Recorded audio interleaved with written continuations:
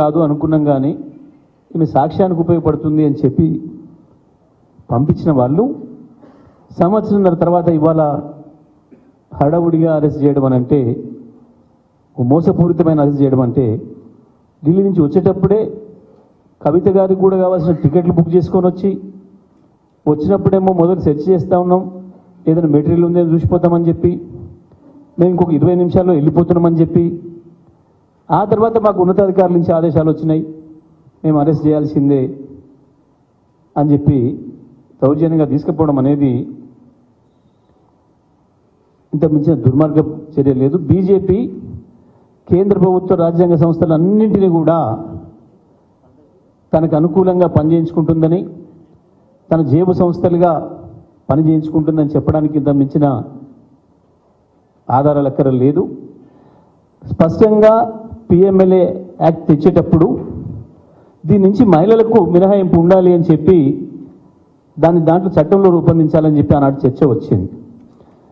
దానికి సంబంధించే ఇవాళ కేసు నడుస్తుంది సుప్రీంకోర్టులో, ఈరోజు వచ్చింది.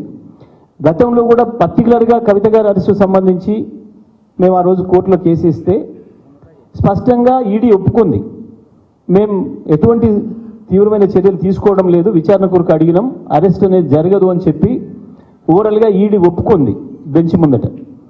ఒప్పుకుంటే ఆ రోజు జడ్జి గారు అరెస్ట్ చేయమని వాళ్ళే చెప్తారు కదా, ఇక మీకు ఎందుకు ఈ పిటిషన్తో ఏముంది అని చెప్పాను. ఇవాళ దాన్ని కూడా తుంగలో తొక్కి, వాళ్ళన్న మాటనే వాళ్ళు తుంగలో తొక్కి ఇవాళ మళ్ళీ వచ్చి అక్రమంగా అరెస్ట్ చేసి తీసుకుపోవడం అనేది బీజేపీ ఈ దేశంలో రాజకీయ ప్రత్యర్థుల్ని లొంగ తీసుకోవడం కొరకు, రాజకీయ ప్రత్యర్థుల్ని దెబ్బతీయడం కొరకు, ఎన్నికల్లో లబ్ధి పొందడం కొరకు మాత్రమే ఇటువంటి అన్ని కూడా చేస్తూ ఉందన్న విషయం మనకు స్పష్టంగా కనబడుతుంది. ఈ 10 ఏళ్లలో వివిధ రాష్ట్రాలలో కూడా వివిధ ప్రతిపక్ష పార్టీలపైన ఏ రకంగా ఇటువంటి అన్ని ఉపయోగిస్తుందో, ప్రతిపక్ష పార్టీలకు వాళ్ళకు నోటీసులు ఇవ్వడం, వాళ్ళు బీజేపీలో చేరగానే ఆ కేసుల్ని క్లోజ్ చేయడం అనేది ఇప్పటికి 100 మనం చూసినాం.